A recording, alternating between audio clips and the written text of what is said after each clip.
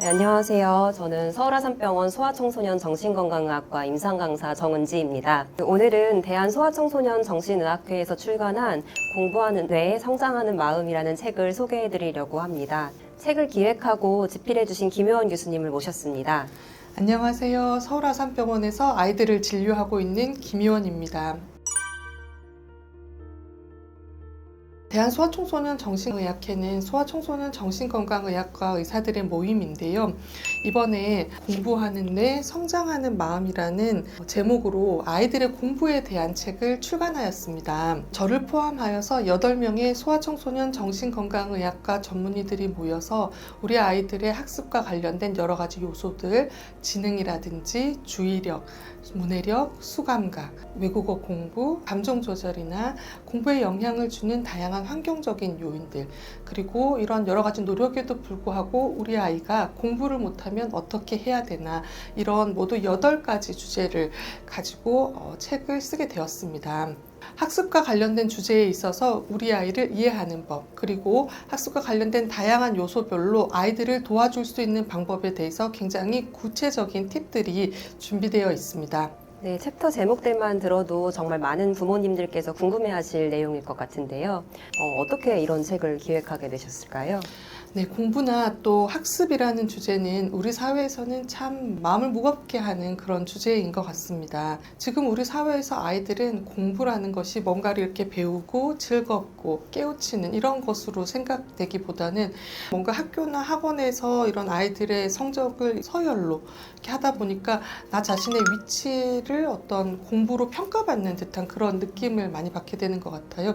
그래서 어렸을 때 공부가 재미있다고 생각하던 아이들도 점점 평가받으면서 공부라는 것이 재미없고 부담스럽고 그런 것으로만 생각하게 되는 것 같습니다.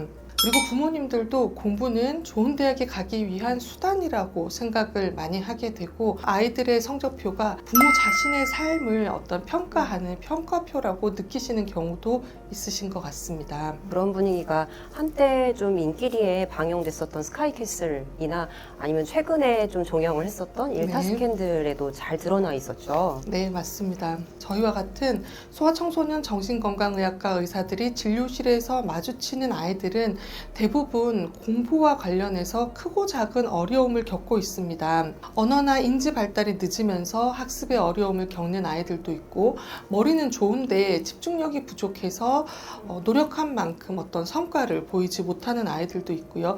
시험을 볼 때만 되면 눈앞이 캄캄해지면서 아무것도 떠오르지 않아서 문제를 풀 수가 없다, 이렇게 말하는 아이들도 있습니다. 가끔씩은 교실에서 친구들하고 사이가 나쁘거나 뭔가 학교 생활에 어려움이 있어서 이로 인해서 또 학업에 어려움이 생기는 경우도 있습니다. 그리고 우리 부모님들도 아이들의 공부와 관련해서 고민이 다들 많으십니다. 아이가 발달이 느리고 공부를 잘 못하면 또 어떤 치료나 학습을 해야 할지 고민이 되고, 또 공부를 잘하면 잘하는 대로 어떤 학원을 보내야 할지, 사교육은 얼마나 시켜야 될지, 이런 부분들을 걱정하게 되십니다. 아이가 공부 때문에 스트레스를 받으면 공부를 쉬라고 해야 하는 것인지, 아니면 그럼에도 불구하고 아이를 잘 달래서 공부를 시켜야 하는 것인지, 이런 것들도 고민하시게 되고요. 이렇게 학습이나 공부와 관련된 내용들은 우리나라에서 아이들과 부모님들의 가장 큰 고민거리 중에 하나일 것입니다. 그래서 아이들이 태어나는 순간부터 부모님들은 공부를 어떻게 시켜야 할지 걱정을 하시게 됩니다. 갓난아이가 태어나면 어떤 장난감을 사줘야 할지, 교구를 사줘야 할지, 어떤 책 전집 같은 걸 사줘야 할지 고민하게 되시고, 학습지나 학원은 언제부터 시켜야 하는 건지 부모가 결정해야 되는 것은 너무나 많고, 또 물어볼 사람은 없고 막막하기만 하기도 합니다. 사실 아이들의 학습과 관련된 이런 내용들에는 정답은 없는 것 같습니다. 학습에는 관련되는 요소가 너무 많고, 아이들마다 가지고 있는 성격이나 타고난 재능이나 관심사가 다르기 때문에 한 아이에게 어떤 좋았던 공부 방법이나 교구나 학습이 다른 아이들에게는 도움이 되지 않을 수도 있거든요. 그리고 공부 방법보다는 아이들의 마음이라든지 가족들과의 관계, 학교 생활과 같은 요소들이 학습에 더 많은 영향을 주는 경우도 많습니다. 그래서 아이들의 공부와 관련된 내용들은 답을 찾기가 참 어렵습니다. 그래서 여러 가지 아이들의 공부와 관련된 요소들에 대해서 부모님들께서 좀 더 잘 이해하고 또 우리 아이들을 도와줄 수 있는 방법들을 함께 고민해 보실 수 있도록 하기 위해서 이 책 공부하는 내 성장하는 마음을 쓰게 되었습니다. 그러면 교수님께서 직접 집필하신 부분이 바로 첫 챕터인 지능과 관련된 부분인데요. 맞습니다. 어떠한 내용들이 있는지 조금만 말씀해 주실 수 있을까요? 그런데 지능이 아이들의 학업이나 인생에서의 성공에 어떤 영향을 미치는지에 대해서는 되게 논란의 여지가 많은 것 같아요. 지능이 좋을수록 뭐 미국의 대학 입학 시험인 SAT나 ACT 성적이 더 높다 이런 연구도 있고 또 뭐 지능이 좋을수록 나중에 뭐 경제적으로 더 잘 산다 이런 연구도 있지만 또 반면에는 지능보다 더 중요한 다른 요소들 뭐 예를 들자면 뭐 사회성이라든지 뭐 감성 지능이라든지 회복 탄력성이라든지 끈기 있게 꾸준히 노력하는 능력 이런 걸 그릿이라고 요즘에 얘기하는데요. 그런 능력들이 아이들의 학습이나 사회적 성공에 더 중요한 영향을 준다는 그런 연구들도 많습니다. 또 더불어서 지능 자체보다는 자기가 잘 할 수 있다고 생각하는 아이들일수록 더 열심히 노력하고 그래서 무언가를 성취해낼 가능성이 더 높기 때문입니다. 그런데 아이들이 이렇게 내가 어떤 사람인지 얼마나 할 수 있는 사람이라고 생각하는지에 대한 것은 또 주변 환경에서 아이들에게 잘한다 잘한다 이렇게 얘기를 해줬는지 아이들이 성장하는 모습에 대해서 지켜보면서 너 이런 거 점점 잘하게 되었구나 이렇게 얘기를 해주셨는지 혹은 주변에서 아이들의 사소한 성취를 무시하고 별로 관심을 기울이지 않았는지 이런 것들과 연관이 되기 때문에 어떤 주변 사람들이 굉장히 도와줄 수 있는 그런 부분이라고 생각되기도 합니다. 교수님 그런데 학회에서 출간한 책이 이번이 두 번째 책이라고 알고 있습니다. 네. 첫 번째 책은 저도 정말 유익하게 읽었는데요. 바로 아이들이 사회를 만날 때이죠. 네, 대한소아청소년 정신의학회에서 펴낸 첫 번째 책이 바로 이 책 아이들이 사회를 만날 때입니다. 공부하는 내 성장하는 마음이 아이들의 학습에 대한 이야기라면 아이들이 사회를 만날 때는 아이들의 사회성에 대한 책입니다. 사회성과 관련된 여러 가지 능력들은 아이들이 아주 어릴 때 영유아기 때부터 시작해서 가족과 사회와 관계를 맺으면서 자라게 됩니다. 다른 사람과 관계를 잘 맺기 위해서는 나 자신의 마음과 다른 사람의 마음을 이해하는 능력, 나의 관심사와 생각과 의견을 다른 사람과 공유하는 능력, 나의 감정을 이해하고 인식하고 조절하는 능력, 그리고 다양한 사회적 맥락 속에 나 자신을 맞춰가는 능력과 같이 다양한 능력들이 필요합니다. 또한 아이들의 발달 단계별로 아이들의 사회성을 돕기 위해서 부모님들이 어떤 일들을 하실 수 있는지에 대해서 구체적으로 알려줍니다. 또한 요즘 아이들의 사회 속에서 가장 중요한 주제 가운데 하나인 학교 폭력에 대해서도 어떻게 이해하고 또 우리 아이들을 어떻게 도와주어야 하는지 구체적인 팁을 주기도 합니다. 아이의 사회성은 아이와 부모만의 숙제가 아니고 우리 사회가 다 함께 노력해 가야 하는 그런 문제이기 때문입니다. 이 책은 그러면 어떤 분들에게 좀 권해드릴 수 있을까요? 네, 책은 뭐 사회성이 좀 부족하거나 친구 사귀는 문제 때문에 고민하고 있는 그런 아이를 키우는 부모님들께 권해드릴 수 있을 것 같습니다. 네, 교수님 이번에 출간된 공부하는 뇌, 성장하는 마음뿐만 아니라 아이들이 사회를 만날 때 또한 많은 보호자분들께 소개해드리고 싶은데요. 네. 이번에 출간한 공부하는 뇌, 성장하는 마음은 특별하게 각 저자분들께서 학회 유튜브 채널인 우아해 채널을 통해서 직접 강의를 해주신다고요. 보호자분들께서 우리 아이들의 학습과 관련된 부분들에 대해서 관심도 많으시고 궁금한 부분도 많으시기 때문에 그런 공부하는 뇌, 성장하는 마음에 담긴 여러 가지 꿀팁들을 저자분들께서 직접 영상을 통해서 알려드릴 예정이니까요. 각 챕터별로 영상이 업로드 될 예정이니까 많은 관심 부탁드리겠습니다. 네, 감사합니다. 감사합니다. 안녕하세요. 대한소아청소년 정신의학회 공식 유튜브 우리 아이 마음 해결사 우아해입니다. 저는 소아정신과 전문의 이태엽이고요. 이번에 저희 소아청소년 정신의학회에서 아이들의 학습 관련한 책을 냈습니다. 바로 이제 공부하는 뇌, 성장하는 마음이라는 책인데 저를 포함해서 8명의 소아정신의학과 전문의들이 모여서 공부가 어렵고 힘든 아이들을 도와주기 위한 구체적인 방법을 좀 알려드리고자 했습니다. 오늘은 많은 부모님들이 좀 고민하는 집중력에 대해서 좀 이야기를 해보려고 합니다. 관련해서 손승현 선생님을 모시고 좀 이야기 들어보고자 합니다. 네, 손승현 선생님 안녕하세요. 안녕하세요. 네. 저는 소아정신과 전문의 손승현이라고 합니다. 지금은 문정동에서 괜찮아 정신건강의학과 의원의 원장을 하고 있고요. 두 아들의 아빠이기도 합니다. 잘 부탁드리고요. 다시금 반갑습니다.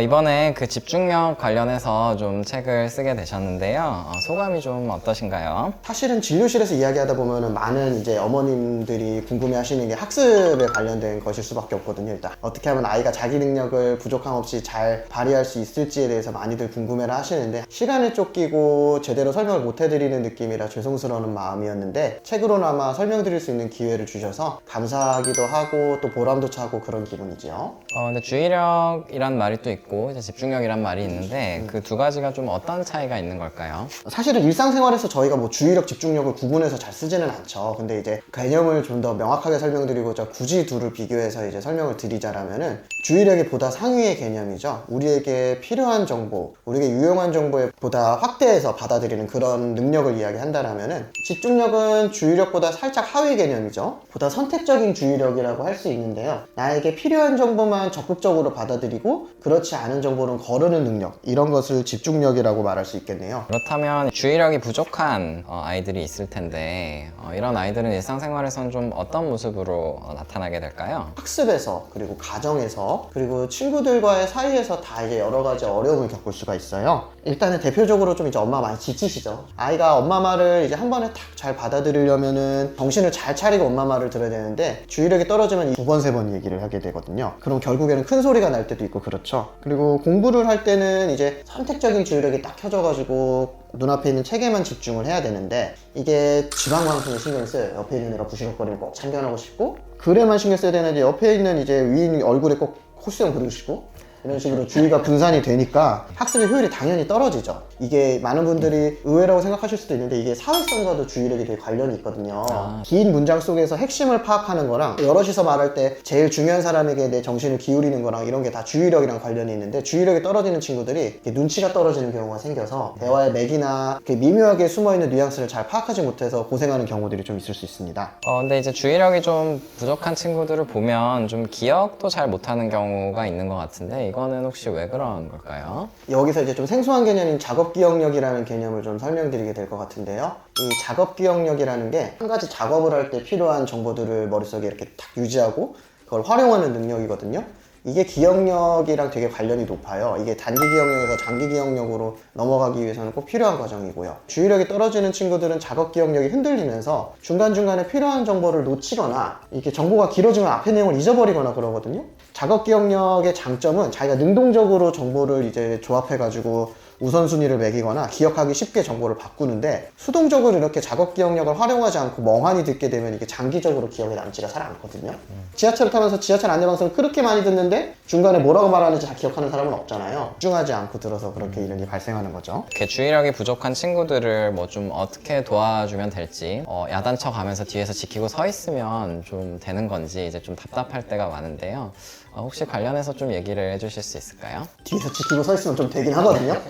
왜냐하면 아이들이 각성을 하니까요. 매번 이렇게 뒤에서 서 계실 수도 없고 책에서는 이제 팁 같은 거를 11가지 정도 다는데 그걸 다 여기서 말씀드리기는 어렵지만 먼저 중요하다고 생각되는 거를 몇 가지 말씀드릴 텐데요. 배경으로 먼저 말씀드리면은 이 뇌라는 게 다른 신체 기관과 다르게 성인이 되면서까지 되게 천천히 발달을 해나가는 기관이거든요. 그 말인즉슨 단기간의 주의력을 향상시키려는 그런 노력보다는 어떻게 하면 있는 주의력을 낭비를 하지 않거나 효율적으로 쓰게 만들까가 더 효과적일 때가 있을 수 있습니다. 그래서 그거의 관점에서 생각해 봤을 때는 이제 저는 루틴을 만드는 것이라든지 메모를 잘 활용하는 것 이런 것들을 좀 강조하는 편이죠. 근데 이 루틴을 만드는 게 사실 말은 쉬운데 좀 어려운 부분일 수 있을 것 같은데 좀 더 자세하게 좀 팁을 알려주실 수 있으신가요? 일단 여기서의 루틴이라는 거는 우리가 어떤 한 행동에서 다른 행동으로 넘어가기까지 그 과정을 수월하게 단축시키기 위해서 하는 일련의 행동 순서를 의미함인데요. 운동선수들이 본 경기를 뛰기 전에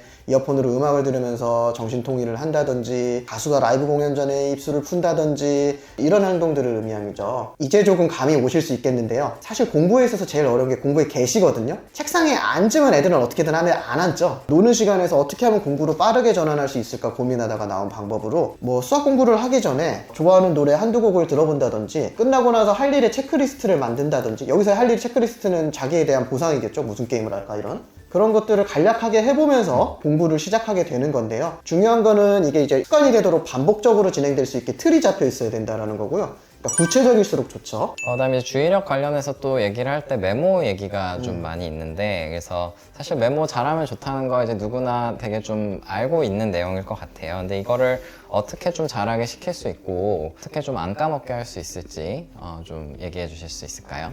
메모를 일단 하는 목적은 기억력이 유지되는 시간에는 한계가 있기 때문에 날아가기 전에 중요한 정보들을 남기려고 메모를 하는 거죠. 문제는 이제 메모의 요령을 잘 모르는 채로 우직하게 메모를 하면 정신적인 에너지의 가성비가 떨어지게 되거든요. 메모는 수업 시간에 나오는 모든 내용을 내가 하나도 놓치지 말고 다 적어야겠다 해서 하는 게 메모가 아니고요. 내가 중요하다고 생각된 걸 판단해서 축약해가지고 놓치지 않게끔 키워드라도 좋으니까 하는 중간중간에 적는 게 메모거든요. 메모를 보다 효율적으로 활용하기 위해서는 메모를 적는 연습도 중요하지만 메모를 읽는 연습도 중요해요. 이게 적고 나서 가급적이면 빠른 시간 내에 그걸 다시 보고 해독하는 과정을 거쳐야 메모로 적지 않은 이외의 부분들까지 놓치지 않게 되거든요. 또한 메모는 지나치게 현란한 것보다는 어느 정도 단순화되고 정형화된 메모가 좋겠죠. 근데 이제 이렇게 해도 좀 잘 안 되는 애들도 있는 것 같은데, 이럴 경우에는 좀 어떻게 해야 되는지, 정말로 이제 뭐 병원에를 데려가야 되는지 뭐 어떨까요?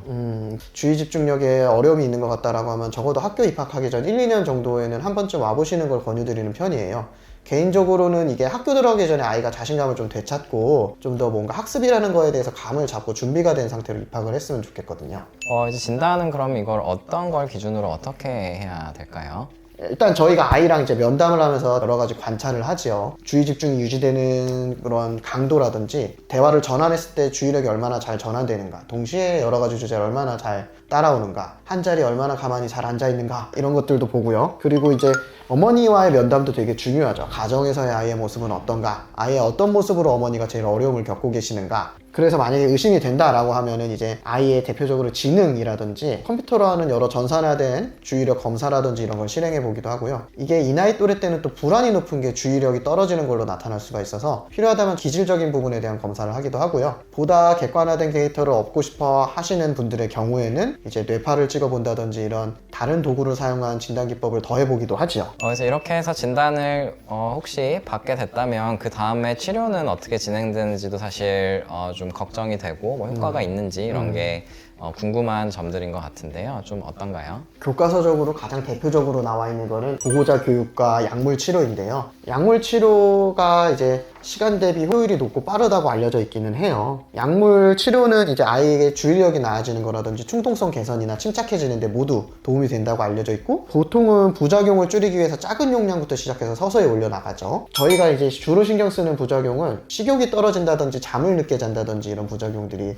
약의 종류에 따라 있을 수 있고요. 더불어서는 너무 긴장해서 아이가 조금 가라앉아 보여요. 또는 긴장해 보여요. 이런 모습이 있을 수 있고, 이제 치료 기간도 많이 궁금해라 하시죠. 근데 교과서적으로는 1, 2년 정도 먹고 약을 끊어보고 다시 이제 약을 유지할지 말지 평가를 해보자고 하시는데, 이제 매번 검사를 할 필요는 없고 실전에서는 보통 뭐 크게 부담이 없는 방학 때 줄여보시거나 그런 경우도 많고요. 뇌 자체가 워낙에 느리게 성장하는 기관이니까 이게 약의 투여 기간도 좀 길어지는 감이 있기도 합니다. 그래서 이렇게 오늘 쭉 얘기를 하시면서 이제 방송을 여러 부모님들이 보고 계실 텐데, 아이의 교육에 대해서 뭐 집중력에 대해서 걱정이 많은 부모님들께 좀 한마디 부탁드립니다. 주로 진료실에서 비유를 드리는 거는 아이에게 이제 학습을 시킨다라는 게 음식에 비유해서 이제 음식을 소화시키게끔 도와주는 과정이랑 비슷하다고 말씀을 드리거든요. 아이에게 식사를 즐기는 법을 가르치는 것과 비슷하다고 볼 수 있겠는데요.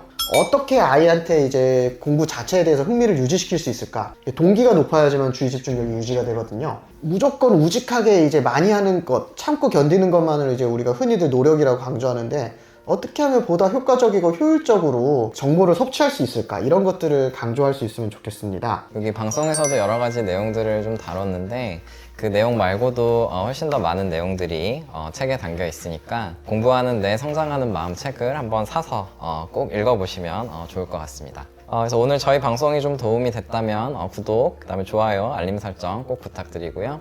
네, 감사합니다. 감사합니다. 안녕하십니까. 대한소아청소년 정신의학회 공식 유튜브 우리 아이 마음 해결사 우아해입니다. 저는 소아정신과 전문의 정재석입니다. 이번에 저희 소아청소년 정신의학회에서는 아이들의 학습에 관한 책을 냈습니다. 바로 공부하는 뇌, 성장하는 마음 이라는 책입니다. 저를 포함해서 8명의 소아정신과 전문의들이 모여서 공부가 어렵고 힘든 아이들을 도와주기 위한 아주 구체적인 방법을 알려드리고자 했습니다. 그 중에서도 오늘은 모든 과목과 관련되어 있다고 알려져 있고 최근 많은 부모님들의 관심사인 문해력에 대해서 이야기해 보려고 합니다. 양찬모 선생님 모셨습니다. 양찬모 선생님 안녕하세요. 네, 저는 현재 원광대학교 병원에서 근무하고 있는 양찬모라고 합니다. 문해력이 요구되는 시대에 바로 이 문해력과 관련된 파트를 집필하셨는데요. 집필 소감이 어떠신가요? 제가 관심이 많은 분야입니다. 이게 소아정신과 공부하면서 더 알아보고 싶었고 또 아이를 키우면서 조금은 더 발달의 관점에서 관심을 갖게 된 것 같습니다. 2022년 말부터 챗 GPT가 화제가 되고 또 최근에는 한 단계 더 나아가서 오토 GPT가 나오고 있는 이 시대에 사실 기초가 되는 문해력이 중요하다는 생각도 듭니다. 선생님이 생각하시는 문해력의 정의는 무엇입니까?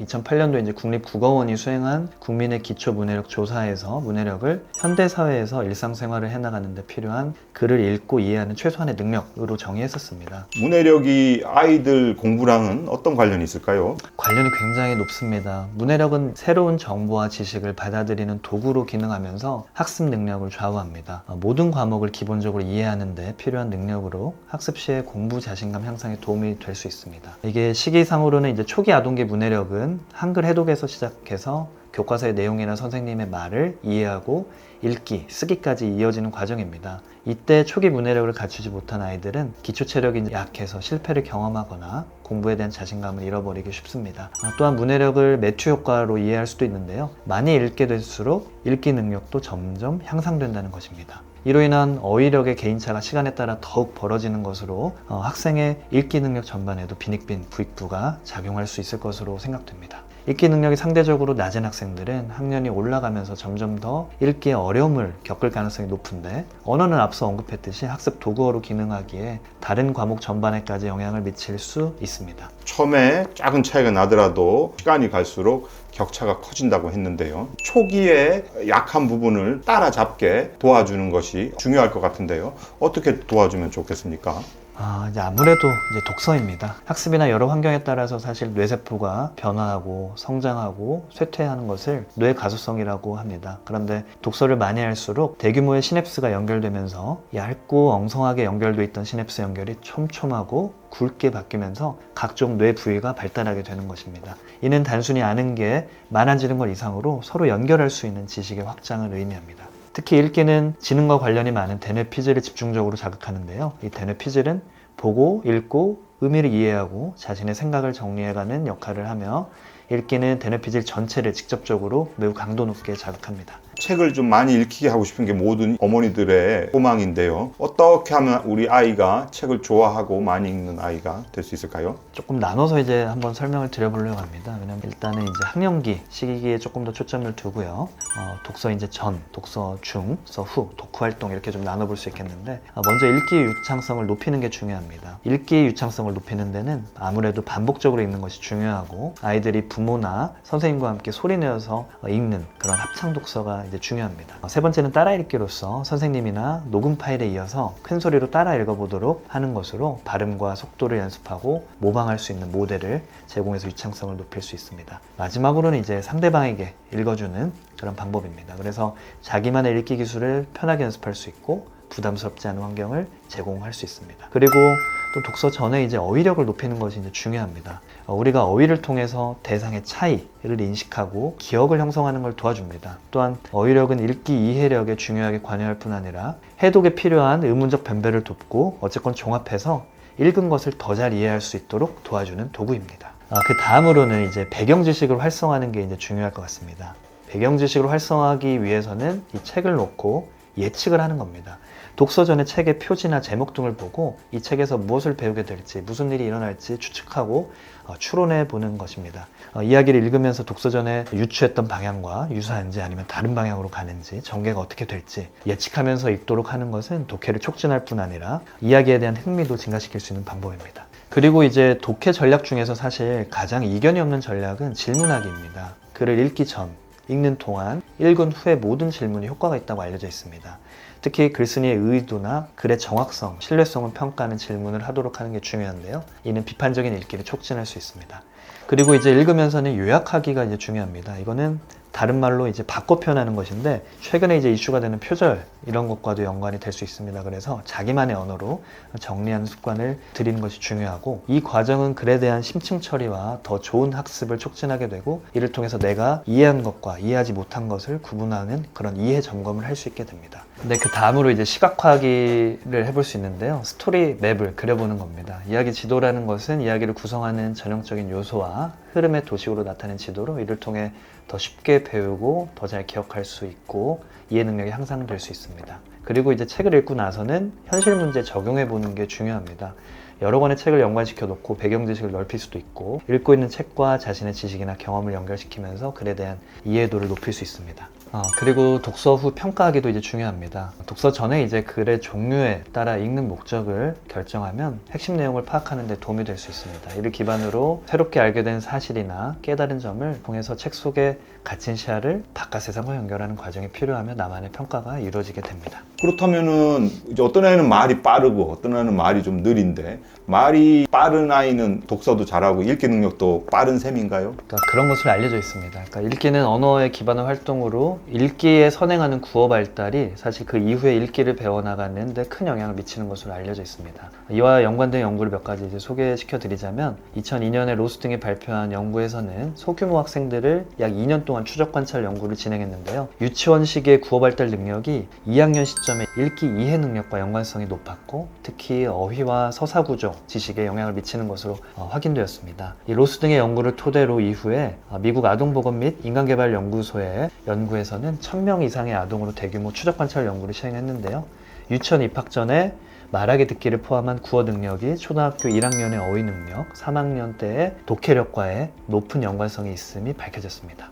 우리 아이가 약간 말이 늦는 것 같아서 참 걱정이 되는데 그런 부분을 보충해 줄 수 있는 집에서 할 수 있는 방법이 있을까요? 어느 정도 이제 늦는 부분들은 도움이 좀 될 수 있을 것 같은데요. 아이가 가능한 많은 대화에 직접 참여하고 듣도록 하는 게 중요합니다. 근데 단지 어른들의 대화에 아이가 듣고 있는 것이 아니라 아이가 직접 대화에 참여해서 듣고 표현할 수 있도록 장려하는 것이 중요합니다. 대화의 양뿐만 아니라 질도 중요한데요. 단어뿐만 아니라 문장 구조에 있어서도 조금 더 새롭고 복잡한 구조를 사용하는 것이 아동이 이를 모방하고 문법적인 지식을 넓히는 데 도움이 된다고 합니다. 그리고 읽는 과정에서는 이제 상호작용하면서 읽는 것이 중요합니다. 일방적인 읽기보다는 중간에 부모가 질문을 해준다든가 그림을 가리키면서 흥미를 유발할 수도 있고 그런 흥미를 또 공유하는 것이 중요하게 작용할 수 있겠습니다.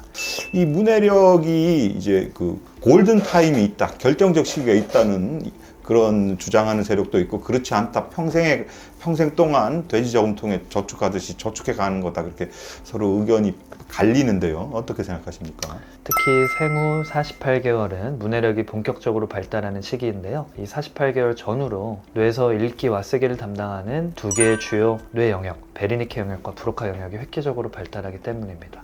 베르니케 영역은 좌뇌의 두정엽 아래에 위치하고 언어의 의미를 이해해야 할 때 활성화되며 브로카 영역은 좌뇌의 측두엽과 전두엽 사이에 위치하고 있고 언어를 표현하는 능력과 관련되어 있습니다. 이 두 영역은 서로 연결되어 있으며 연결 시기는 만 4세 이후 사이에 본격적으로 진행하는 것으로 알려져 있습니다. 다시 책으로의 저자 메리언 울프에 따르면 생후 5년 동안 부모가 아이에게 읽어준 책의 양이 아이의 문해력을 예측하는 가장 정확한 척도라고 합니다. 어떤 노력을 하더라도 문해력, 읽기가 이제 어려움을 겪고 있는 학생도 있다고 하는데 어떻게 생각하십니까? 네, 그러니까 이 부분이 이제 난독증에 대해서 말씀을 하신 것 같습니다. 난독증은 저희 이제 DSM-5 진단에 의하면 특정 학습 장애에서 사실 읽기 장애와 일부 쓰기 장애에 해당을 하는 것인데요. 넓은 기준부터 엄격한 기준까지 사실 정의가 굉장히 다양합니다. 그래도 조금 말씀을 드리자면 읽기 관련 기초학습 기술이 생활 연령에 비해서 현저하게 낮은 수준으로 학업이나 일상생활에 방해가 되어야 하고 표준화 성취도 검사와 종합 임상 평가를 통해서 확인할 수 있습니다. 읽기 학습이 부진한 그런 아동들을 위한 유치원이나 1학년 조기 개입, 이때 조기 개입을 하는 것이 나중에 영향을 개선하는 데 가장 효과적인 것으로 입증되어 있습니다. 마지막으로 부모님들에게 선생님이 하고 싶은 말씀 있으면 해주십시오. 뭐 초등학교 저학년 이하 부모님들께는 문해력이나 학습 이런 부분보다도 아이가 책을 가까이 하고 좋아할 수 있도록 키워나가는 것이 이제 중요할 것 같고, 그런 읽어나가는 환경을 만들어주는 게 중요하다고 생각됩니다. 자세한 부분은 공부하는 뇌, 성장하는 마음 참고하시도록 부탁드립니다. 네, 양찬모 선생님 좋은 말씀 감사합니다. 오늘 저희 방송이 도움이 됐다면 구독, 좋아요, 알림 설정 부탁드립니다. 안녕하세요. 대한소아청소년 정신의학회 공식 유튜브 우리 아이 마음 해결사 우아예입니다. 저는 소아정신과 전문의 손승현이고요. 이번에 저희 소아청소년 정신의학회에서 아이들의 학습에 관련된 책을 냈죠. 공부하는 뇌, 성장하는 마음이라는 책입니다. 저를 포함해서 8명의 소아정신과 전문의들이 모여서 공부가 어렵고 힘든 아이들을 잘 도와주기 위해 아주 구체적인 방법들을 알려드리고자 했습니다. 오늘은 부모님들께서 이제 정말 굉장히 관심이 많은 주제인 수학, 수리력에 대해서 이야기해보고자 하는데요. 오늘 수학을 잘하는 법에 대해서 이태혁 교수님에게 이야기를 드려보려고 합니다. 교수님 안녕하세요. 네, 안녕하세요. 네, 저는 이제 소아정신과 전문의 이태엽이라고 하고요. 지금은 이제 아산병원 정신건강의학과에서 근무하고 있고, 여러 가지 문제들로 이제 병원에 오게 되는 아이들과 부모님을 만나고 있습니다. 이번에 수학에 대해서 챕터를 쓰게 되셨잖아요. 소감은 네네. 일단 좀 어떠세요? 책을 좀 쓸 수 있게 돼서 개인적으로 좀 많이 뿌듯했고요. 그리고 무엇보다 이제 제가 쓴 내용들이 책을 읽는 독자분들께 도움이 됐으면 좋겠다는 바람이 있습니다. 수학을 잘해서 좋은 점수를 받고 좋은 대학을 가는 게 너무 좋은 일인 건 알겠는데, 수학을 잘하면은 일상생활에서 뭐가 도움이 되는 걸까요? 네, 그래서 이제 수학이 사실 되게 굉장히 좀 고리타분하다는 인식이 많이 있는 것 같아요. 그래서 요즘 들어 보면 이런 인식이 전이랑 조금은 다른 것 같은 게, 일단 뭐 서점 같은 데 봐도 수학이랑 관련된 책들이 좀 전보다 많이, 특히 대중서들이 많이 나오는 것 같고, 일상생활에서도 뭐 최근 들어선 대표적으로 인공지능처럼 수학에 기반을 둔 여러 기술들이 좀 발전하고 있는 것 같습니다. 이름만 대면 아는 기업들, 뭐 예를 들면 뭐 마이크로소프트라든지 그다음에 구글, 이런데 창업자인 빌 게이츠, 구글의 그 세르게이 브린 같은 CEO들도 사실은 다 수학도 출신이거든요. 그래서 이런 걸 보면은 좀 수학이 요즘 들어서는 일상생활이랑도 되게 밀접해졌구나, 이런 생각이 좀 듭니다. 사회적으로 말고 한 개인을 놓고 봤을 때도 좀 수학이 중요할 때가 많은데, 예를 들어 수학을 잘하면 경제적인 그런 의사결정을 하는데 좀 도움이 된다, 건강을 관리하는 데도 도움이 된다, 이제 이런 얘기들이 있고, 그래서 나중에 중년에 들어가서 봤을 때 어떤 성공하는 거랑 수학을 잘하는 거랑 좀 관련이 있었다, 이런 얘기들도 있어요. 그러다 보니까 당연히 수학에 좀 신경이 많이 쓰이게 되는 것 같습니다. 혹시 수리력이라는 개념 자체가 뭘 의미하는지 좀 말씀해 주실 수 있으실까요? 네, 이해하기 쉽게 좀 비교를 하려면 사실 문해력이라는 표현을 보면서 비교를 해보면 좀 더 쉬운데, 문해력이 글을 읽고 이해하는 능력이다, 이제 이렇게 생각을 하면, 수리력은 숫자 개념을 좀 이해하고 숫자를 이용해 좀 계산을 하고 이제 이런 걸 뜻하고요. 조금 더 나가서는 수학을 이제 일상생활에 좀 적용할 수 있는 능력까지도 폭넓게는 수리력에 포함된다고 볼 수 있을 것 같습니다. 뇌에서는 근데 그럼 수학 문제들을 풀 때 어떠한 과정들을 거치게 되는지, 뭐 어떤 부위들이 주로 일을 하게 되는지 좀 알려주실 수 있으시겠어요? 네, 그래서 이제 이 수학이랑 뇌랑의 관계에 대해서는 예전부터 그 여러 얘기들이 있어 왔고, 그래서 사실 예전에는 수학을 굉장히 잘하는 수학 천재들이 있었는데, 가우스라든지 아니면은 뭐 아인슈타인이라든지 이런 사람들이 있는데, 그 사후에 뇌를 살펴봤을 때 뭐 어떤 부분들이 더 크다, 뭐 이런 여러 가지 가설들이 좀 제시가 됐는데요. 근데 사실 그런 부분에 있어서 과학적으로 명확하게 입증이 된 거는 없습니다. 그러니까 달리 얘기하면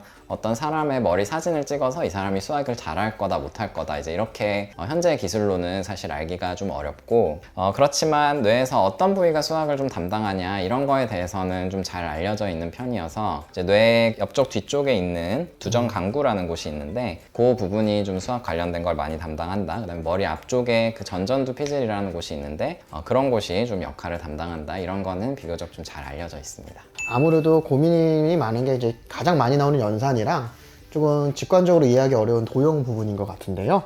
뇌과학이 이런 수학의 세부적인 영역에도 영향을 좀 미칠까요? 수학할 때도 사실 그런 말씀하신 뭐 연산이라든지 도형이라든지 이런 각 영역이 좀 다른 속도로 발달하는 경우들이 있는 것 같습니다. 그래서 예를 들어서 뭐 연산 관련해서는 계산은 계속 실수를 하는데, 도형 관련된 건 또 굉장히 좋아하고 잘하고, 이제 이런 경우들을 좀 보게 되는데, 나눠보자면 사실 수학의 영역 중에 연산은 숫자나 추론, 이제 이런 거랑 좀 관련이 된 영역이고, 그다음에 도형은 시공간, 이제 이제 이런 쪽이랑 좀 관련이 됩니다. 그래서 두 가지 영역이 좀 되게 별개의 영역처럼 느껴지지만 사실은 서로 되게 밀접한 관련이 있고, 그리고 실제로 생활할 때 뭐 뇌과학을 생각하지 않아도 시계를 읽는다 이렇게 생각해보면 저희가 숫자도 봐야 되고 공간도 봐야 되거든요. 그래서 두 가지가 되게 좀 밀접하게 연관이 되어 있습니다. 두 영역은 서로 좀 다른 점도 있습니다. 그래서 연상 같은 경우에는 어려서부터 어떤 환경에 노출이 됐냐, 즉 숫자 관련된 노출이 좀 얼마나 있었냐 이런 것들이 좀 중요한 반면 도형 영역은 그런 노출 영향이 조금 덜한 것으로 알려져 있고요. 그다음에 이제 연상 관련해서 또 좀 자주 등장하는 얘기 중에 하나는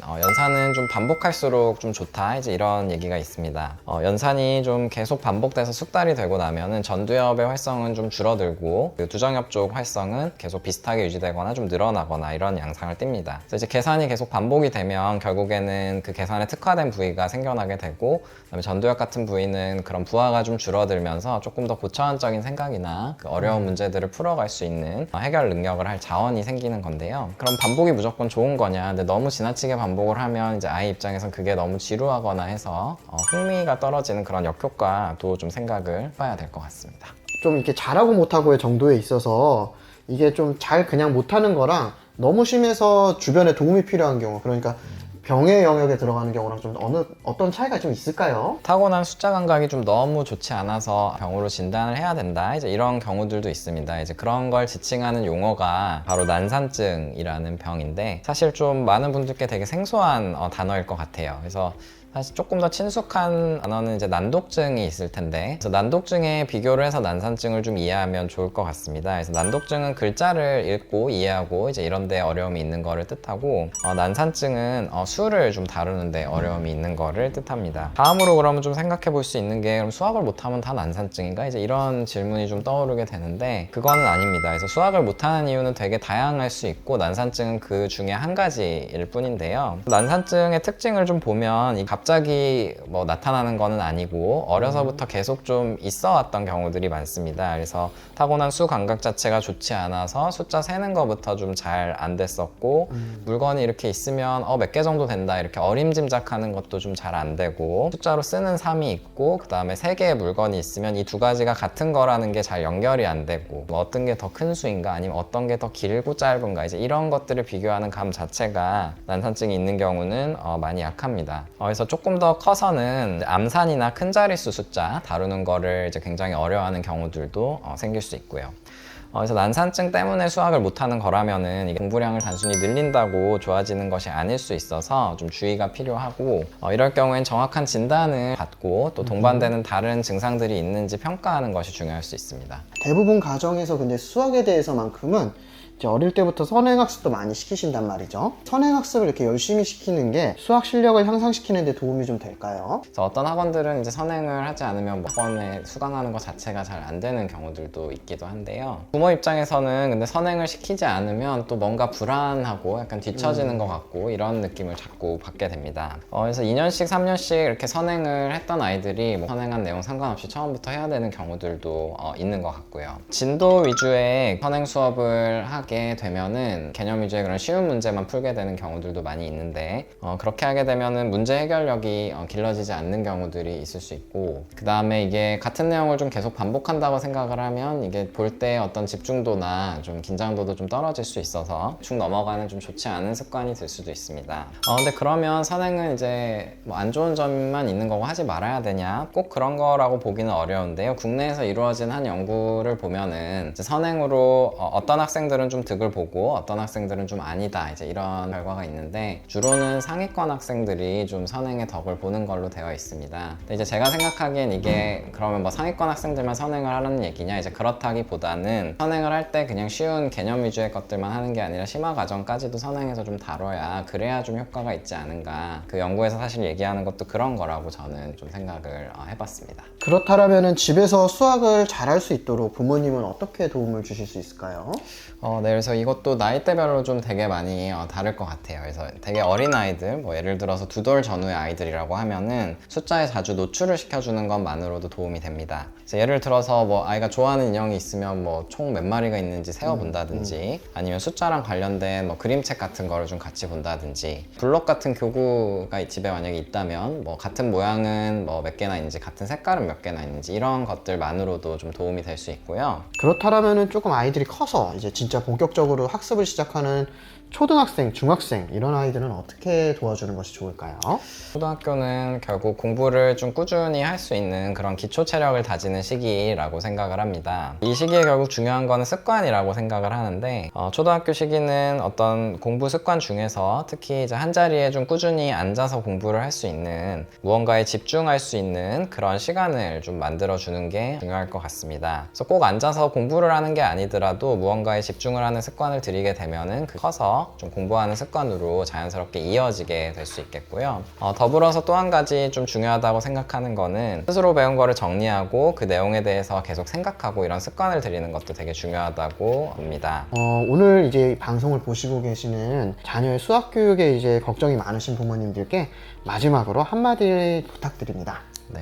아이들이 이제 공부를 잘하고 또 잘 되기를 바라는 마음은 어느 부모나 이제 마찬가지인 것 같아요. 근데 어떨 땐 보면은 이제 부모의 뭐 욕심 아니면 부모의 불안이 너무 커서 정작 아이는 없어지고 공부만 남을 때가 좀 있는 것 같아서 걱정이 되는 것 같아요. 그래서 결국 공부를 하고 그 공부 내용을 흡수하는 거는 이제 아이의 몫이기 때문에 아이랑 의사소통을 잘 해 나가면서 공부해 나가는 것이 중요하다고 생각을 하고 어떨 때는 아이를 좀 믿고 기다려주는 게 되게 중요할 때도 있는 것 같습니다. 오늘 방송에 나온 내용 말고도 더 많은 내용들이 책에 담겨 있으니까요. 공부하는 뇌, 성장하는 마음 모두 한번 꼭 읽어봐 주시기를 바랍니다. 오늘 정리 방송이 도움이 되었다라면 구독, 좋아요, 알림 설정 부탁드립니다. 감사합니다. 안녕하세요. 소아청소년 정신의학회 공식 유튜브 우리 아이 마음 해결사 우아해에 이번에 촬영을 맡게 된 소아정신과 전문 양찬모입니다. 이번에 저희 소아청소년 정신의학회에서 아이들의 학습에 관한 책을 냈습니다. 바로 공부하는 뇌, 성장하는 마음이라는 책입니다. 저를 포함해서 8명의 소아정신과 전문의들이 모여서 공부가 어렵고 힘든 아이들을 잘 도와주기 위한 아주 구체적인 방법을 알려드리고자 했습니다. 오늘은 많은 부모님들이 가장 궁금해하실 영어 교육에 대해 이야기해 보려고 합니다. 정재석 선생님 모셨습니다. 정재석 선생님, 안녕하세요. 네, 안녕하십니까. 저는 수원 영통의 서울아이 정신건강의학과의 원장으로 있습니다. 선생님, 저 또한 그렇고 대한민국의 부모들을 보면 아무래도 자녀의 영어 교육에 대해서 좀 관심이 굉장히 많은데요. 이 영어 교육 파트를 집필하시면서 좀 중점을 두신 부분이 있으실까 싶습니다. 어떤 내용을 충실히 전달하는 것도 있지만 또 확실한 집필 의도를 가지고 썼는데요. 무엇보다도 우리나라는 단순히 일찍부터 물량을 많이 투입하고 영어 학원 비즈니스에 너무 휘둘리는 영어 교육을 시키는 경우가 많은데 특히 우리나라는 어휘력과 독해력에 중점을 두고 있지만 그 앞서 해동력, 능력을 키우는 방법에 대해서 좀 중점을 두고 소개하려고 애를 썼습니다. 아무래도 영어는 일찍 배울수록 더 잘할 수 있게 되는 건가요? 그렇지 않다고 되어 있습니다. 이민을 일찍 간다면 7살에 간 사람이 10살에 간 사람보다 훨씬 영어 실력이 좋겠지만 항상 영어를 접하는 상태가 아니고 공부로서 영어를 접하는 경우에는 실제로 학습 능력 자체는 집중력과 기억력 모든 것이 나이가 들수록 좋아지니까 고등학교 1학년 때 1시간 하는 것이 초등학교 1학년 때 10시간 하는 것보다 나을 수가 있습니다. 공부로서의 영어는 어릴수록 좋은 것은 아닙니다. 발음에 있어서의 이득은 좀 있겠지만 그것도 또 국어 실력을 희생시키면서까지 할 필요는 없다고 생각합니다. 아무래도 그렇다면 이제 최근에 영어 교육에 있어서 최신 트렌드가 이제 있다고 들었습니다. 뭐 예를 들어서 잠수의 영어 공부법 이런 것도 유명한데 책에서는 다소 조금 비판적으로 보신 것 같습니다만 조금 더 설명을 해주시면 감사하겠습니다. 문자 교육은 크게 봐서는 이제 양대 산맥이 있습니다. 의미 중심 교육법과 발음 중심 교육법입니다. 발음 중심 교육법을 파닉스법이라고도 하고요. 의미 중심법은 총체적 언어 교육이라고 하는데요. 우리나라는 7차 교육과정부터 국어 교육이, 모국어 교육이 총체적 교육이다가 이제 최근 들어서는 이제 균형적으로 발음 중심 절반, 총체적 교육 절반 좀 바뀌었고요. 하지만 영어는 의미 중심 교육인데요. 의미 중심 교육이 교육법이란 잠순의 영어 교육법처럼 그냥 처음부터 아이들이 좋아할 만한 이야기 책을 읽혀주고 또 많이 듣게 하고 또 DVD에 자막을 안 넣어주고 많은 노출을 통해서 영어 공부를 늘리게 하는 방법인데요. 발달이 느린 난독증을 가진 아이들에게는 그 방법은 도움이 안 된다. 발음 중심 영어 교육법으로 제대로 처음에 길을 잡아주는 것이 훨씬 효율적이다. 그런 말씀을 드리고 싶습니다. 외국어를 배울 땐 단순히 말하거나 이제 듣기가 아무래도 중요하다고 생각할 수 있는데 읽기 훈련 같은 것도 좀 특별히 따로 받을 필요가 있는가 봅니다. 우리나라 영어 교육의 이제 목적이 외국 가서 외국 사람과 자유롭게 소통하는 것 좋겠지만 대학 가는 영어 시험 잘 보게 하는 게 목적인 거고 그러기 위해서는 읽기를 잘해야 되는 거고 읽기만한 쉽고 효과적인 방법이 없는 건 사실이거든요. 말하기 듣기 많이 한다고 읽기 실력으로 전이되지 않습니다. 그러면 이 읽기 능력이란 건 어떻게 저희가 봐야 할까요? 이 읽기의 목적이 이제 글을 보고 의미를 추출하는 것인데 글자를 소리로 바꿔내는 단어의 의미까지 아는 단계하고 단어 여러 개 모아서 문장 수준에서 이제 듣고 이해하는 능력을 이용하는 건데요. 그 둘을 합친 것이 읽기 능력인데요. 중요한 것은 국어에서도 마찬가지겠지만 둘이 같이 다니지 않는다는 거죠. 해독은 좋으나 독해가 나쁠 수도 있고 독해는 좋으나 해독이 나쁠 수가 있는데 모국어에서는요. 특히 외국어에서는 읽기는 어느 정도 다 열심히 훈련하면 읽지만 듣고도 이해를 잘 못하잖아요. 듣기 이해력이 상당히 좋지 않은 상태라는 것을 감안을 해야 되겠죠. 그렇다면 설명해 주신 이제 어떤 음소, 글자 소리 대응을 이해하고 발음하는 방법부터 배우는 것이 조금 더 좋을 수 있다는 말씀이실까요? 발음 중심 접근법이라는 거는 상향식 접근법, 음소, 음절, 단어, 문장, 통글. 의미 중심은 통글을 그냥 주고 통글을 많이 하다 보면 점차로 단어의 뜻, 음절, 음소 이렇게 하향식인데요. 이거는 이제 처음에는 무의미하고 재미없지만 차곡차곡 가르쳐주는 방식이 우리나라의 좀 많은 좀 느린 아이들에게는 꼭 권장하는 영어 교육법이 되겠습니다. 문해력 발달의 기둥으로 읽기 유창성을 말씀해 주셨었는데요. 읽기 유창성에 대해서 이것이 무엇이고 기르기 위한 방법에는 또 어떤 방법들이 있는지 말씀해 주시면 감사하겠습니다. 읽기가 유창하다는 것은 뭐 정확하게도 읽고 빠르게도 읽는다는 뜻입니다. 그게 어느 정도 돼야 되냐 하면은 읽는데 전혀 집중력이나 정신적 에너지를 쏟지 않는다. 남는 집중력이나 에너지를 독해와 기억에 다 할당할 수 있기 때문에 독해력과 기억력이 느는 효과, 그런 의미에서의 유창성, 또 책을 읽는데 힘이 안 들기 때문에 책을 재미있게 읽을 수 있다는 점에서의 유창성, 그것을 이제 유창성. 또 하나 더 이제 유창성의 다른 세 번째 파트는 감정을 넣어서 표현을 넣어서 막 조금 이렇게 배우가 연기하듯이 또 부모님도 읽어주려고 노력을 해야 아이도 그렇게 따라가고 유창성이 늡니다. 단순히 기계적으로 빠르게 읽는다고만 해서 유창성까지는 아닙니다. 그 어휘력과 독해 능력을 기를 수 있는 방법, 뭐 어떤 것들이 혹시 있을까요? 역으로 우리나라 학원들은 어휘력과 독해 능력을 퍼붓고 있는데요. 외국 학자들은 재미있게도 어휘를 주되 맥락 없이 그냥 50개 단어 목록을 떨렁 주고 빨리 외워와, 못 외우면 남겨, 또 시험 봐, 이제 그런 식으로 맥락 없는 의미 없는 어휘력 공부가 뭔 의미가 있냐, 그런 얘기가 많았지만 외국의 언어학자들은 대단하다. 아니 그렇게 타국 땅에서 영어를 그렇게 산더미처럼 많이 노출하다니, 노출이 많음으로 는다. 맥락 있게 하려면 하루 20개도 못 주지만 그렇죠. 맥락 없이는 산더미처럼 쓸 수 있거든요. 그렇죠. 그 효과적이라는 거예요. 그런 의견도 이제 나오는 거고요. 뭐 어휘력, 독해력은 뭐 사실은 우리나라는 뭐 넘치게 많이 하는 편인데요. 뭐 외국어의 어휘력은 모국어의 어휘력을 넘칠 수 없다. 모국어 어휘망에 외국어 어휘가 매핑될 뿐이지 모국어 어휘력이 빈약하면 절대로 외국어 어휘력은 풍성할 수가 없다는 얘기를 하고 싶습니다. 저희 지인들도 그렇고 사실 영어 유치원에 대해서 많이 물어봅니다. 그래서 그 부분에 있어서 어떤 선생님만의 의견이라든가 좀 부모님들한테 조언 혹시 좀 해주시면 감사하겠습니다. 상위 10%면 보낼만 하겠죠.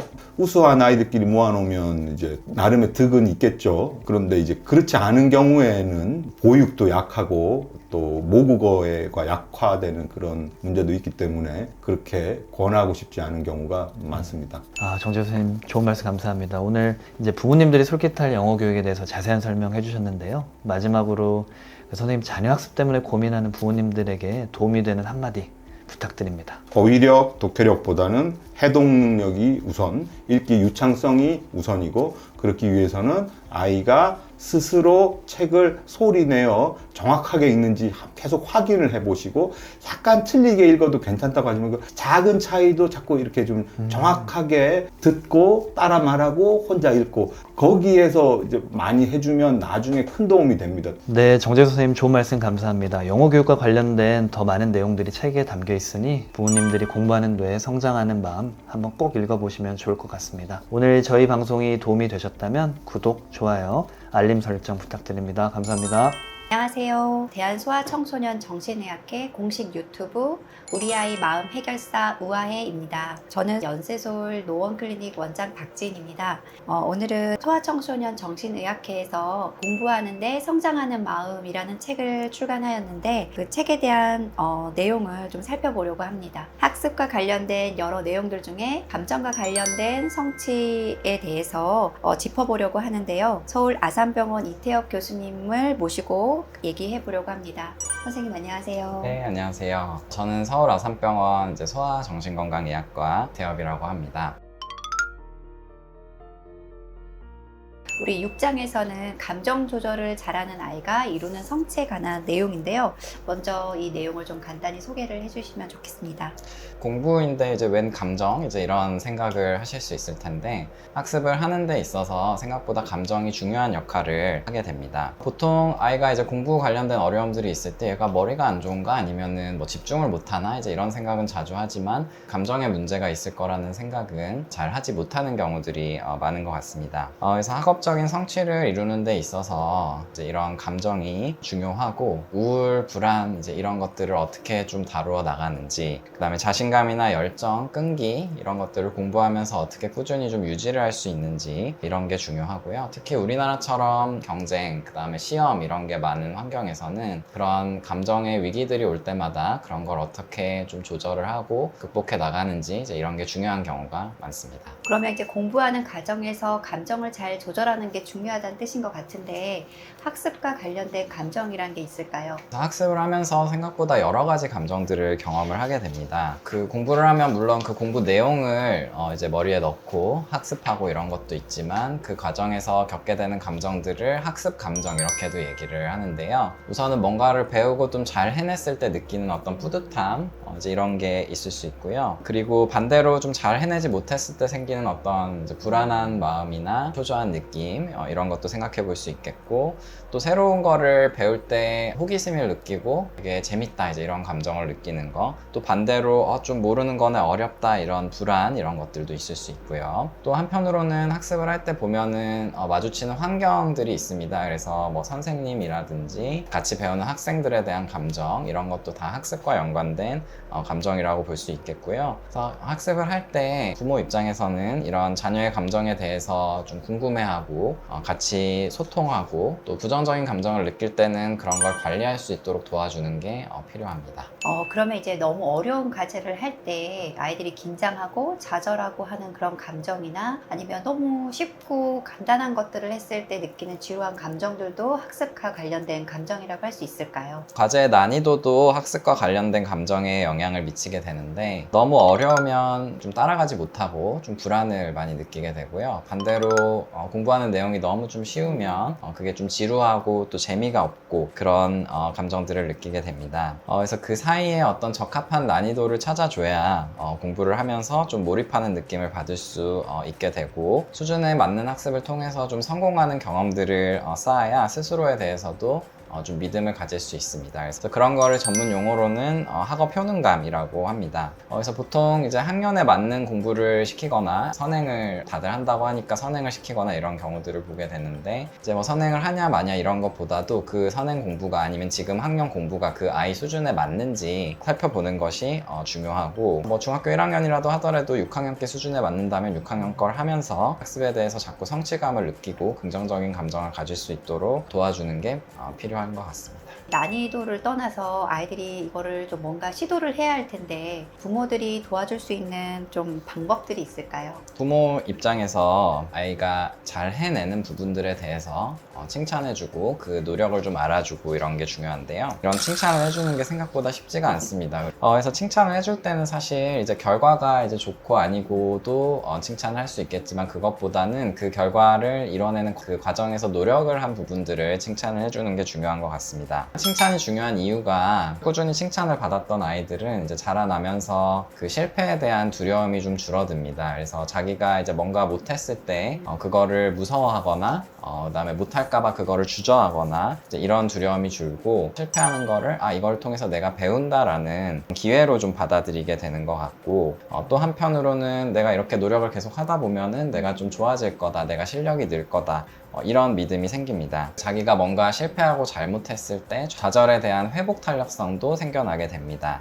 그러면 이제 이 회복 탄력성을 좀 높이기 위해서 할 수 있는 중요한 요소 같은 게 있을까요? 근데 이런 회복 탄력성을 만들어내는 데 있어서는 그 부모랑 자녀의 관계가 생각보다 중요한 역할을 합니다. 그래서 부모를 보통 이제 아이의 안전기지라고 부르는 경우가 많은데요. 이 안전기지라는 게 뭐 다소 이제 심리학적인 용어이긴 하지만 뭐 비유를 좀 해보자면 등산을 할 때 어떤 베이스 캠프 같은 역할을 합니다. 그래서 등산을 이제 힘들게 하고 있는데 밖에 막 비바람도 몰아치고 길도 잃고 뭐 배도 고프고 이런 상황에서 돌아갈 수 있는 베이스 캠프가 있다, 언제든지 내가 돌아갈 수 있다, 이제 이런 마음으로 등산을 하는 것과 내가 돌아가서 쉴 수 있는 곳이 없다, 이런 마음으로 등산을 하는 거는 되게 큰 차이가 있을 텐데요. 그런 것처럼 이제 아이에게 부모는 뭔가 실패하고 상처를 입었을 때 언제라도 돌아가서 휴식하고 좀 쉴 수 있는 그런 역할을 하게 됩니다. 그래서 부모가 아이의 마음을 좀 궁금해하고 아이의 감정을 좀 이해하려고 노력하고 공감하려고 노력하고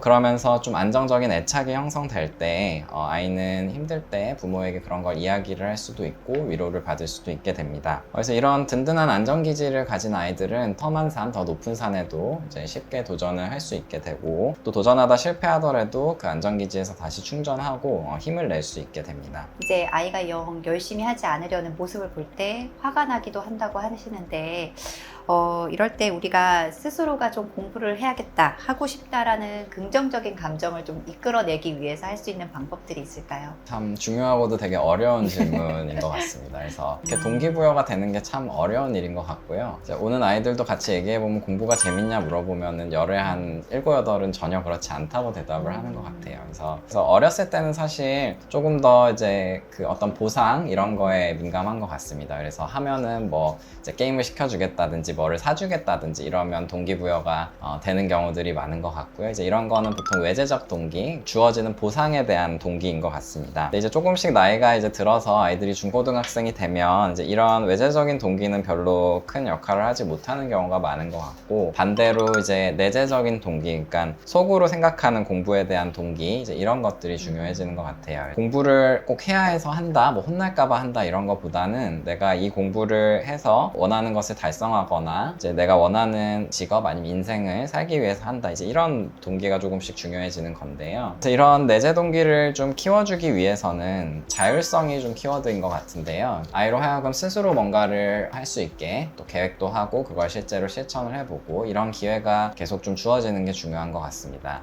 우리 아이들이 굉장히 무기력하거나 또는 이런 감정 조절을 향상하기 위해서 부모님들이 많이 노력을 하시더라도 좀 장기적으로 이런 어려움이 지속되는 경우가 있는데요. 이제 어떨 때 전문가의 도움을 받으면 좋을지에 대한 어떤 의견을 좀 주시면 좋겠습니다. 공부를 하다 보면 아이들 누구나 아마 스트레스 없이 꾸준히 계속 잘하는 아이는 아마 잘 없을 것 같아요. 근데 이제 어떨 때 그러면은 병원에 가봐야 되냐. 그래서 보통 우울, 불안 이제 이런 경우에는 이런 게 좀 상당 기간 지속이 돼야 됩니다. 그래서 뭐 하루 잠깐 그러는 것보다는 예를 들어 2주 이상씩 계속 좀 우울하고 불안한 게 지속이 된다든지 그런 지속이 되는 게 생활하는 데 영향을 미쳐서 뭐 학교 가는데, 학원 가는데, 아니면 공부를 하는데 지장을 줄 정도다. 이런 경우는 진료를 보는 게 더 좋은 것 같습니다. 소아청소년기에 나타나는 우울증은 어른에서 나타나는 거랑은 조금 다를 수 있습니다. 계속 우울하고 처져 있기보다는 어떤 감정 기복, 왔다 갔다 하는 거나 짜증, 아니면 화, 그 다음에 어떤 비행 행동하는 거 이런 걸로도 우울증이 나타나는 경우들이 많고 많이 우울한 중이더라도 친구들을 만나면 되게 기분이 좋아 보이고 괜찮아 보일 때도 중간중간 있는 경우들이 많아서 우울하지 않은 걸로 오해를 하게 되는 경우들도 있는 것 같습니다. 평소에 준비됐던 기량이 시험 때마다 충분히 잘 발휘가 안 되는 그런 불안을 느끼는 아이들도 많은데요. 이런 경우에도 이제 진료를 보는 게 좋을까요? 그런 시험에 대해서도 불안을 느끼는 아이들이 전반적인 불안도가 높은 경우들이 많은 것 같습니다. 잘 봐야 되고 중요한 시험들도 있지만 사실 많은 시험들은 지금 자신의 실력을 좀 확인하고 못하는 부분들을 이제 개선해 나가는 그런 목적이 있다고 이해하는 게 더 맞을 것 같은데, 시험 불안이 있는 경우는 꼭 잘 봐야 한다 이런 생각들이 있는 경우들이 되게 많은 것 같아요. 그래서 이제 부모나 선생님들이 그런 시험 본 결과에 대해서 좀 잘 못한 거, 실수한 거에 대해서 계속 부정적인 피드백을 하는 거는 그런 시험 불안을 더 악화시키는 경우가 많은 것 같아서 불난집에 부채질하지 않도록 좀, 해주시면 좋을 것 같고, 네. 그래서 이런 가벼운 실험 불안은 시험 자체에 대한 어떤 긍정적인 피드백, 스트레스 관리, 명상이나 스트레칭 이런 긴장을 좀 이완하는 여러 가지 방법들을 통해서 좀 해소되기도 하고요. 근데 좀 심한 경우들도 있습니다. 그래서 전문가 도움을 받으실 수 있고, 체계적으로 하는 이제 이완 훈련, 아니면 인지행동 치료, 아니면 학습 전략과 관련된 훈련이나 필요한 경우 이제 약을 쓰는 것도 소량 쓰는 게 조절에 도움이 되는 경우들도 있습니다. 네, 오늘 이렇게 감정 조절과 관련해서 다양한 방법과 도움을 주셔서 이제 이해가 많이 된 것 같습니다. 그래서 학습과 관련된 이제 감정 조절을 비롯해서 불안에 민감하고 감정 조절 어려운 그런 학생과 그 부모님들을 위해서 이제 한 말씀 부탁드립니다. 자녀 공부 관련해서 고민을 안 하는 부모님은 없을 것 같습니다. 그 입시가 조금 끝나고 좀 지나가신 부모님들 얘기를 들어보면은 너무 이제 경쟁하는데 좀 몰입이 돼 있었던 게 아닌가 이런 생각을 하시는 부모님들이 꽤 있는 것 같습니다. 그래서 공부를 잘하고 뭐 좋은 대학에 가고 좋은 직장을 가고 이런 것도 중요한 문제겠지만 그 과정에서 좀 너무 많은 거를 잃고 있지는 않은지 꼭 한번 생각을 해보셨으면 좋겠습니다. 우리 더 자세한 내용을 알고 싶으신 분들은 이제 공부하는데 성장하는 마음 이 책을 한번 읽어보시면 많은 도움이 될 것 같습니다. 오늘 저희 방송이 도움이 되셨다면 구독과 좋아요 부탁드립니다. 감사합니다. 감사합니다. 안녕하세요. 대한소아청소년 정신의학회 공식 유튜브 우리 아이 마음 해결사 우아해입니다. 저는 소아정신과 전문의 대엽입니다. 이번에 저희 소아청소년 정신의학회에서 아이들의 학습에 관한 책, 공부하는 뇌, 성장하는 마음 책을 출간했습니다. 학습 관련된 여러 가지 내용들 중에서 오늘은 환경과 관련된 요소들을 좀 이야기해 보려고 하는데요. 박지인 원장님 오늘 좀 모셨습니다. 안녕하세요. 저는 연세서울 정신과 노원클리닉 박지인 원장입니다. 그래서 7장에서는 환경이 바뀌면 좋아지는 것들이라는 제목으로 다양한 환경적인 요소를 다루어 주셨는데요. 관련해서 좀 얘기해 주실 수 있나요? 우리 요즘에 부모님들이 아이들을 잘 키우고 잘 교육하기 위해서 매우 애쓰고 계십니다. 생애 초기의 스트레스나 이런 양육에 따라서 아이들의 지능 발달이라든지 학업 성취도 그리고 정서 발달, 사회성 발달에도 많은 영향을 준다고 알려져 있습니다. 그러다 보니까 이제 출산 후에는 산모의 건강 회복이라든지 그리고 심리적인 안정이 굉장히 중요한데요.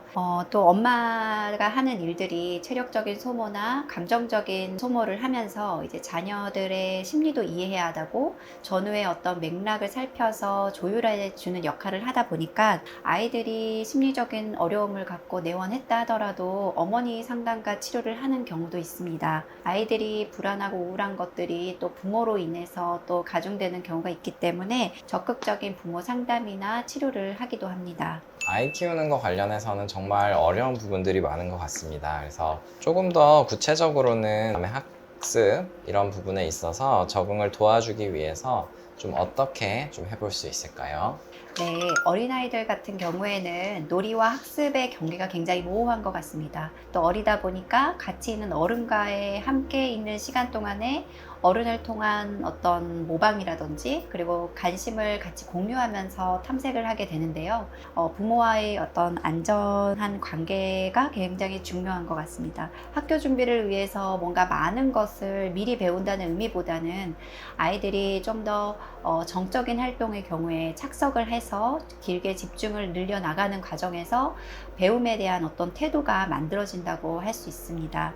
그래서 이제 부모가 우리 아이가 새로운 거를 받아들일 때 어떠한 마음을 좀 익히고 있는지, 어떠한 성취와 어떤 성장을 하고 있는지를 이해한다는 게 굉장히 중요한 포인트인 것 같습니다. 그래서 요즘은 그 아이들이 한두 명으로 좀 예전보다 많이 적어지기도 했고요. 또 이제 아이들 스케줄을 하나하나 좀 관리하고 육아에 또 시간, 노력 이런 걸 많이 투자하는 가정들이 있는 것 같습니다. 그래서 이런 환경이 좀 좋은 건지 좀 의문이 드는데 어떨까요? 요즘에 이제 아이를 키우는 부모 세대가 사실은 부모의 지원을 받아서 사회적인 지위 그리고 경제력을 좀 얻었던 세대다 보니까 본인들의 자녀에게도 집중적인 어떤 지원을 하고자 하는 경우가 많은 것 같습니다. 하지만 이제 아이들이 어릴 때일수록 부모에게 의존해서 전적으로 수용하고 따라가는 경우가 많은데요. 이제 그렇게 되면 자녀들 중심으로 가정의 일가가 정해지고 그러다 보니 이제 부모님들의 상황에서도 좀 더 번아웃이 오거나 또는 아이들조차도 수면이나 충분한 휴식을 하지 못해서 생기는 문제가 있기도 합니다. 아이들이 어떤 가족 다른 구성원에 대한 배려라든지 사회적인 눈치 그리고 자신의 어떤 욕구를 참아내는 능력에서는 조금 더 미흡한 경우도 많이 있는 것 같습니다. 환경하면 빠질 수 없는 게 그런 핸드폰, 태블릿 이런 이제 스마트 기기인 것 같습니다. 그래서 이런 디지털 시대, 디지털 문화가 그 이제 우리 아이들의 뇌가 발달하는 데 있어서 어떤 영향을 좀 주고 있는 걸까요? 우리 디지털 매체가 우리 두뇌 발달에 미치는 영향에 대해서는 연구가 많이 되었습니다. 3살 이전에 아주 영유아들한테는 무분별한 노출이 굉장히 발달에 악영향을 준다고도 이제 알려져 있는데요. 어떻게 보면 지금의 시대적 흐름에서는 완벽한 차단이 되거나 하는 거는 불가능할 것 같고, 어른들의 경우에는 이미 읽기 회로나 어떤 실행 기능이 갖추어져 있는 상황이지만 어린 아이들의 경우에는 아직 읽기 능력도 배우지가 않았고 익혀가는 상황이기 때문에 정교하고 복잡한 업무를 하는데 필요한 이제 전두엽 발달이나 이런 부분들이 이제 자극적인 거에 추구하고 영상에 많이 몰입함으로써 조절력과 관련된 뇌 발달에서는 굉장히 취약해지는 것 같습니다. 그러다 보니까 우리 아이들에게 영상을 많이 접하거나 이제 좀 더 자극 위주의 어떤 게임이나 이런 것들에 많이 노출될 때는 정말 유사 중독과 같은 그런 모습을 보여서 읽기를 거부한다거나 폭력적인 행동들이 드러나는 경우도 있습니다. 이러한 부분에 대해서 부모의 어떤 역할도 굉장히 중요해진 것 같습니다. 이런 핸드폰 사용, 뭐 아니면 게임 시간 이런 것들을 어떻게 좀 조절해야 될지 이제 저도 이제 아이 키우는 부모로서 되게 궁금한 부분인 것 같습니다. 제가 상담을 하면서도 많이 받는 질문들인데요. 그러니까 예전에는 좀 더 제한적인 노출을 하기 위해서 가급적 좀 늦게 노출하고 사용 시간이나 공간에 대한 부분들에 제한을 뒀던 것들이라면 요즘에는 아이들이 디지털 매체가 한두 개가 아니고 또 얼마든지 접근할 수 있는 부분이다 보니까 부모님들이 이 자체를 안 좋은 것들로 생각하기보다는 우리 아이가 그래도 이런 매체와 자극들 중에서 잘 조절하고 익혀나갈 수 있도록 도움을 주시는 방향이 더 적합한 것 같습니다. 어린아이들 같은 경우에는 어른과 함께 있는 시간이 많기 때문에 아이들이 어떤 매체에 굉장히 재밌어하고 또 어떤 것들을 즐겨하고 배우고 있는지를 내용을 같이 보다 보면 자녀의 어떤 심리적인 특성이라든지 그런 걸 이해하게 되는 것도 있고요. 또 이런 것들이 또 점점 재밌다 보니까 사용 시간이 늘어나기 마련인데 가정 안에서 어떤 연령이라든지 스케줄에 따라서 허용할 수 있는 규칙을 만드시는 게 도움이 됩니다. 또 수면이나 건강을 위해서 이게 아이에게만 적용되는 규칙이 아니라 이제 어른들도 같이 참여하는 분위기에서 좀 민주적으로 정해지면 좋을 것 같습니다. 또 이제 디지털 매체가 점점 개인화되면서 아이들이 자기의 어떤 신체 사진이라든지 또는 단톡방에서의 언어적 폭력이든 이런 사건들도 많이 생기게 되는데 어릴수록 이제 부모님들이 좀 같이 그 부분에 대해서 예절도 익히고 다른 사람의 어떤 행동에 대해서 배울 수 있는 그런 대화도 많이 필요한 것 같습니다. 그 학습이랑 환경 이런 주제에서 사실 또 빼놓을 수 없는 게 경쟁인 것 같습니다. 그래서 우리나라는 정말 경쟁이 많은 것 같고 뭐 시험 보고 줄 세우고 이제 이런 입시제도 하에서 평가가 끊임없이 이루어지는 환경인 것 같습니다. 이런 경쟁 환경에서 좀 부모님들께 좀 도움이 될 만한 조언 좀 부탁드립니다. 요즘에 아이들이 시험은 어릴 때 없다고는 하지만 소소한 평가들이 참 많은 시대인 것 같습니다. 아이들이 어떤 친구들 같은 경우는 어려도 경쟁적이고 성취지향적인 아이도 있고 대기만 성형인 아이들도 있거든요. 똑같은 나이에 부모 주도로 평가를 계속 받게 하기보다는 우리 아이 특성에 맞게끔 부모가 평가를 잘 활용할 수 있는 것도 매우 중요할 것 같은데, 평가를 통해서 아이들이 어떤 경험을 하는지, 어떤 자신에 대한 이해를 하는지도 매우 중요한 것 같습니다. 평가를 하는 과정에서 아이들이 뭔가 내적인 성장이나 인내력도 끈기도 좀 늘고 있는 것을 느끼게 됩니다. 이제 어린아이들은 부모의 어떤 인정이라든지 뭐 보상이라든지 이런 거에 많이 이제 좌우되는 반면에, 사춘기 이후의 아이들은 이미 부모가 뭘 원하는지, 어떤 가치를 소중하게 여기는지를 알고 있기 때문에 자칫 이제 부모가 실망하거나 조바심을 내거나 그러면 민감하고 예민하게 느끼고 또 스트레스를 더 받아 하는 경우도 많습니다. 부모님이 불안하시더라도 아이들에게 좀 더 이렇게 그냥 믿고 또 본인이 조절하고 다룰 수 있는 시간을 좀 주시고 기다려 주시다 보면 그 과정에서 또 인내하는 법을 익히는 거라고 생각이 듭니다.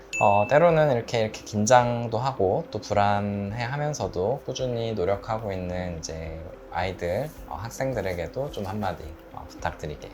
꼭 우리가 공부를 잘해야 되거나 학교를 다녀야 되는 건 아니지만, 본인이 하고 싶은 일에 대해서 좀 더 오랜 시간 힘을 모아서 할 수 있는 힘이란 건 굉장히 중요한 것 같아서, 대단하지 않아도 되니까 아무것도 하지 않는 것만 아니라면 열심히 해보라고 합니다. 자신의 한계를 경험할 수 있는 사람들이라면, 그걸 완주해 본 사람이라면 참아내는 힘이 다를 거라고 믿고 상담을 하고 있습니다. 그래서 이런 환경과 관련된 조금 더 자세한 내용이 공부하는 데 성장하는 마음 이 책에 담겨 있으니까 좀 읽어보시면 도움이 되리라고 생각합니다. 그래서 오늘 영상 보시고 좋아요랑 구독 잊지 말고 좀 챙겨주시면 감사하겠고요.